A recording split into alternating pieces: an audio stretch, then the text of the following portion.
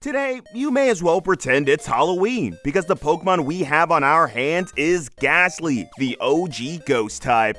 Gastly is notorious for being Ash's secret technique to beat Sabrina in the anime, as well as making up most of Agatha's team in the guise of Haunter and Gengars. But how well did Gastly do in the actual Gen 1 games? Did it utterly spook Kanto into compliance, or was it as scary as the average Halloween costume? Let's find out. Gastly in Red and Blue can only be encountered in the Pokemon Tower after defeating the first Giovanni fight and collecting the Silph Scope. It's possible from there to evolve it at level 25 or to just get a Haunter directly from the source, the Pokemon Tower. Haunter has a very respectable stat line for a non-fully evolved Pokemon apart from its abysmal physical bulk, and gets interesting moves such as Nightshade, Hypnosis, as well as Thunderbolt, Explosion, and Psychic, thanks to the magic of TMs. Though, what's even more interesting about Haunter is that it's a very fun example of the Pokemon fans' IQ distribution in action. There are 3 overall reactions to getting a Ghost-type Pokemon in a playthrough. First, we have the complete casual noob who's like, "Oh, look at that, a Ghost-type. I'm gonna be immune to so many things now, it's awesome." Then we have the not-so-casual Pokemon player who's like, "Yeah, ghosts are decent and all, but it's not like I'm immune to everything." And finally, the actual Pokemon nerds out there know that a lot of fights, especially the random route trainers, have poor movesets featuring a lot of normal type moves, which makes ghosts actually awesome after all. That being especially true in the Gen 1 games, but we may be getting a bit ahead of ourselves here. The first important fight Haunter may be a part of is Erica, which it completely destroys thanks to its poison-type resistant grass, the access to Psychic, and the immunity to normal moves. Moving forward, Haunter is excellent against the bikers and cue balls of Cycling Road, who spam fighting types that cannot hit Haunter, or ghost types that it resists and can threaten with Psychic. Speaking of good matchups against Poison, Koga is also completely cast to oblivion by Haunter, whose psychics destroy everything in sight, and even the iconic Boom Boom wheezing is made a complete joke by ghosts being immune to normal. Haunter continues to be useful into Silph Co. by destroying the Rattata and Zubat spammer gang that is Team Rocket very easily until its fateful meeting with the 5th rival.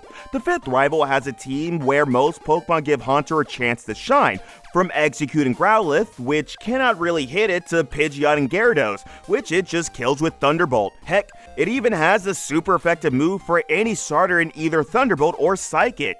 But the rival also has a secret weapon in Alakazam. Despite what the stupid anime might tell you, Zam is one of the best Haunter counters around. It has great special for walling Haunter, can easily KO it back with psychic moves, and it's not at risk of ghost moves, as the only ghost moves in the game are Nightshade that deals set damage and the very weak Lick. Alakazam's psychic type is actually immune to ghosts because Gen 1 games were apparently coded by a 7-year-old. Haunter will be powerless against Alakazam outside of extremely good RNG with Hypnosis and Sleep turns, but it's still a good choice for dealing with everything else. However, this trade-off does not apply against Sabrina, which has her whip ready to get revenge on the anime defeat against the Ghost type. The totally powerless scenario Haunter faced against the rival's Alakazam repeats itself 3 times against her psychic types, though Haunter has a semi-decent target in Venomoth, which it can beat 1v1 due to its better stats in a matchup where each Pokemon has a super effective move on the other. Against Blaine, Haunter will easily beat the Ponyta Growlithe, thanks to its superior power and special bulk, but its matchup against the Rapidash will, unless it somehow manages to outspeed, be very RNG dependent, as it will be praying for a Fire Spin miss, so not to be completely under the mercy of the Scorching Flame that Rapidash boasts.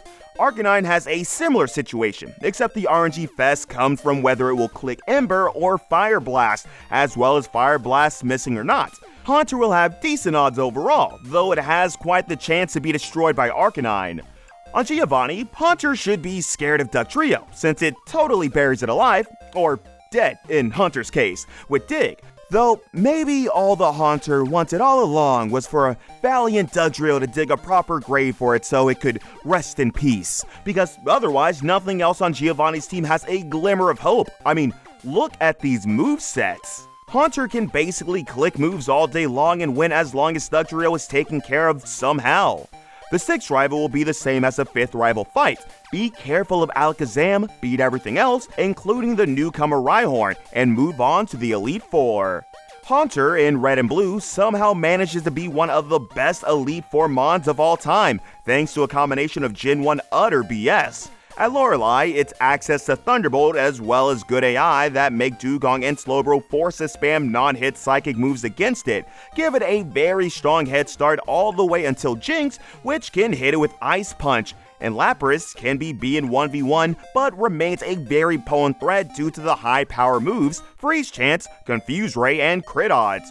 Bruno is a complete joke. Again, against Haunter who just clicks moves and wins, no questions asked.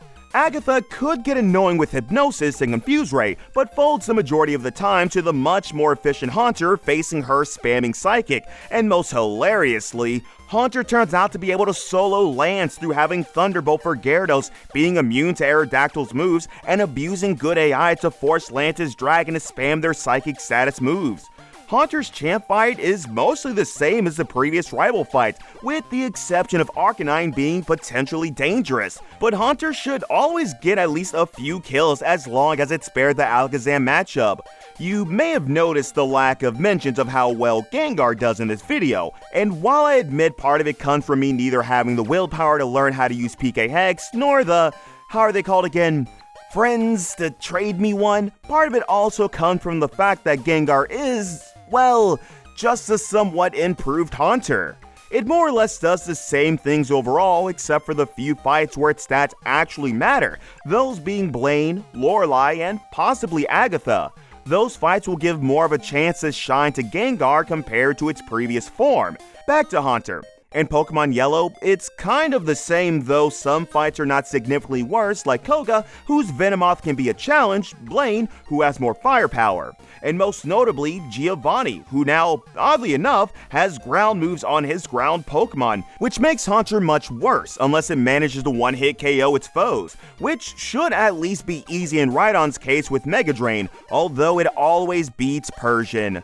The Elite Four is still good for our dead friend, though now Slowbro can ruin Haunter's day with Psychic. Bruno has Earthquakes, though his Onixes are clean one-hit KO'd by Mega Drain. Agatha's second Gengar has Psychic, and Lance has movesets that are better into Haunter, though the Ghost can still do a lot of damage to his Pokemon thanks to its power and special bulk.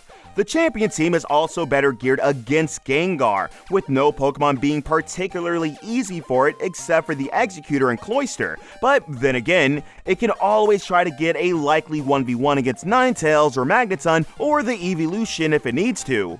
Gengar's boosted stats will be of much help here, getting more done against Blaine, beating Koga more easily, and having more of a niche on Lance and the champion, but again, it's just a nice little boost to have. So, how well did Haunter and Gengar do in the Gen 1 games?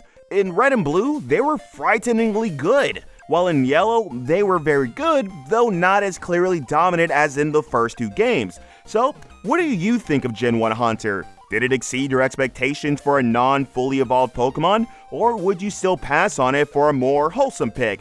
Or maybe you would even consider having a partner in crime to trade a Gengar to you? Please feel free to let us know in the comments. Also, don't forget to like and subscribe to the channel as it helps us out a lot. And on that note, have a nice one, folks.